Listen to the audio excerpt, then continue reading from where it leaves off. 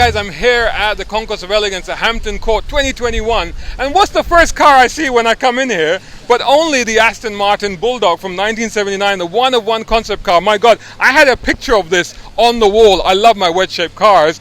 This has been reborn. I've got with me Richard Gauntlett. Tell me a little bit about what happened to this car in 1979 after I put a picture of it on the wall. Exactly. Well, so in 1979 it was finished by Aston. It was launched to the press in April 1980.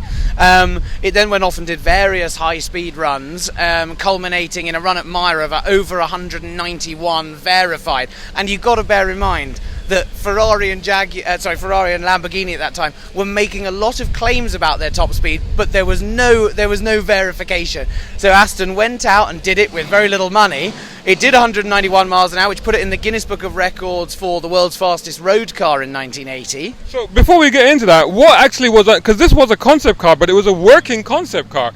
So what did it have? What was it running? So it was running. It's a bespoke chassis, all done for this car. At the heart of it is the very standard 5.3 Aston V8, but with two extremely large gauge Garrett Air Research turbochargers. So it's a very tractable car. You know, you can actually drive it, but the rest of the car is completely bespoke. And it has gullwing doors. This is absolutely amazing. Doors. Do you want me to show you the doors? Yeah, let's have a look. So the gullwing doors are actually hydroelectric. You'll hear the noise. Wow, there's actually a bank of buttons on the side of the car. There's a little compartment, and in this is so very 70s. It's brilliant. This is absolutely awesome. Check this out. Oh my goodness. The doors are hugely heavy, so they do need to be. There was no way in hell that any of us would be able to open the doors from inside. But Aston was very pragmatic. They even, they were really thinking about stuff. They even built in a quick release system. Should you have a problem with the car, you can release the bolts and push the doors off. Yeah. So like all gullwing cars, if there's a risk of them flipping over, you have that explosive bolt. And this was a small company, Aston Martin, but great engineers, and at the end of the day, very pragmatic. Yeah. It even has a spare wheel. And this is a concept car. This is a concept car, exactly, but they wanted to show what they were capable of. Before you close it, what I like is how this chassis has been designed, because normally where you would have a sill here, there's literally nothing. And that is the reason, when Aston Martin set out, what they said, they're often quoted as the fact that they said, we want to build the world's ultimate supercar. But what people forget to quote is later they said, through the eyes of an Aston Martin owner. And they thought that an Aston Martin owner would never go and buy a Countach because of the getting over the sill.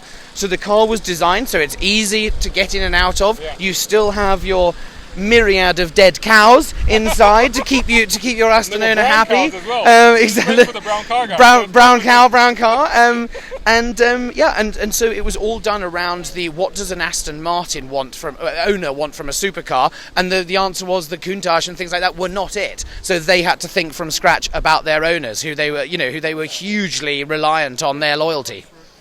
And who designed the car? The car was designed by William Towns, who also designed the DBS, the original, which then became the V8, and also he also designed the 1976 the wedge-shaped Lagonda, which was a car that in many ways saved Aston Martin. That's another one of my favourites. Popularity in the Middle East, especially. I used to live out in the Middle East, and I used to see them a lot in Saudi Arabia. They were very, very popular. Well, the Lagonda is one of those cars that all I can say is you can go and spend as much as you like on your new Phantom, but if you roll up outside the Savoy and the guy behind you rolls up in a 1970s Lagonda, your entourage is looking the wrong way. And the thing about the Lagonda is that it's now, today, cooler than it ever was, right? Yeah. Well, I slightly disagree with that, because I've always thought it was cool. I think social media and all the rest of it, people are looking harder at things like this. And in the same way that this deserves its place in the spotlight, sometimes you have to show them before they go, oh shit, that is really cool, and that's what we're doing. So this is now, so most supercars, they appear on the stage, they may do a one-off stunt or whatever, and then they just disappear into the annals of automotive history. But this is live, it's here, it's in front of me, and it looks fantastic. What's the story? And so it's live, it is here. We have, it's all running. It now will begin its phase of testing, and then we are actually, the Royal Navy have very kindly allowed us to use the Yeovilton Air Base to do some high-speed testing on the runways, and then it is 40 years since it was supposed to go to the Wolfsburg plant. to do its highest speed test to reach 200. They never had the chance to do that because my father took over Aston in early 81, decided it wasn't a good use of funds and they needed money, so he sold the car to a Saudi prince. So it never went to do. Hold on right there. So the original concept car was sold to a Saudi prince. Did it go to Saudi Arabia? It was sold to a Saudi prince. No, it went to we believe the actual purchaser's son, who was studying in Seattle. And then it did various high-speed tests on a disused highway in Arizona. And by the time he'd done that a few times, he'd twisted enough major engine components to mean that it wasn't going to run again for a very long time. And then the car reappeared in other collections, but no one ever set about actually trying to make it work properly. And that's why we went and got the original team behind it, as well as CMC, so that together we knew everything about why things were done the way they were done originally and how to incorporate some modern technology to make sure that the thing can't chew itself to pieces again. And so before the end of this calendar year, we will go and do 200 miles an hour in it.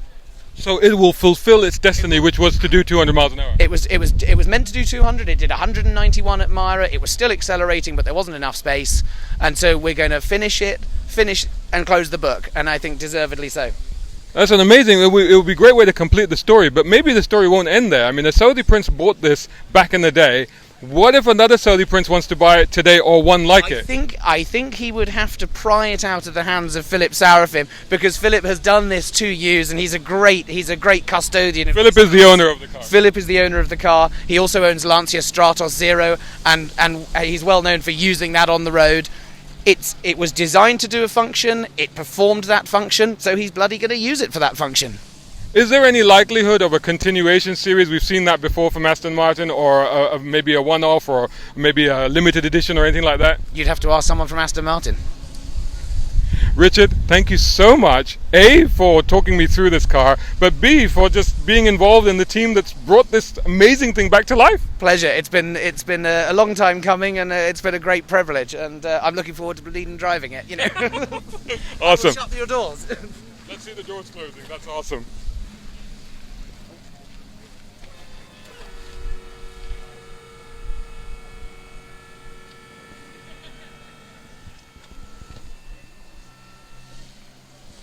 There you go, check it out. This car is amazing. If you've got time, come down to the concourse and have a look at it. You won't see this too often, so it's well worth the visit. And once you've done that, make sure you're subscribing to youtube.com/browncarguy, browncarguy.com. Follow me on #browncarguy on all the social media channels. And you know what? If you enjoy my content, support me on patreon.com/browncarguy. Thanks so much for watching. Catch you in the next video. A big thank you to my top tier patron and sponsor Jay Williams over Air Technic. Check out their shop for brakes, exhaust, body kits, and of course suspension. Plus thanks to Muhammad Ali Ahmed and Tom Conway Gordon, who are both tier 4 patrons, and of course all of these guys for also subscribing to my Patreon account and contributing so much towards helping me to continue creating this content. Join them over at patreon.com/browncarguy, and of course make sure that you are subscribing, liking, and sharing this channel. Hit that bell notification icon so you don't miss any of my videos, and also check out browncarguy.com and follow me on all social media channels. Just search for my hashtag, which of course is #browncarguy.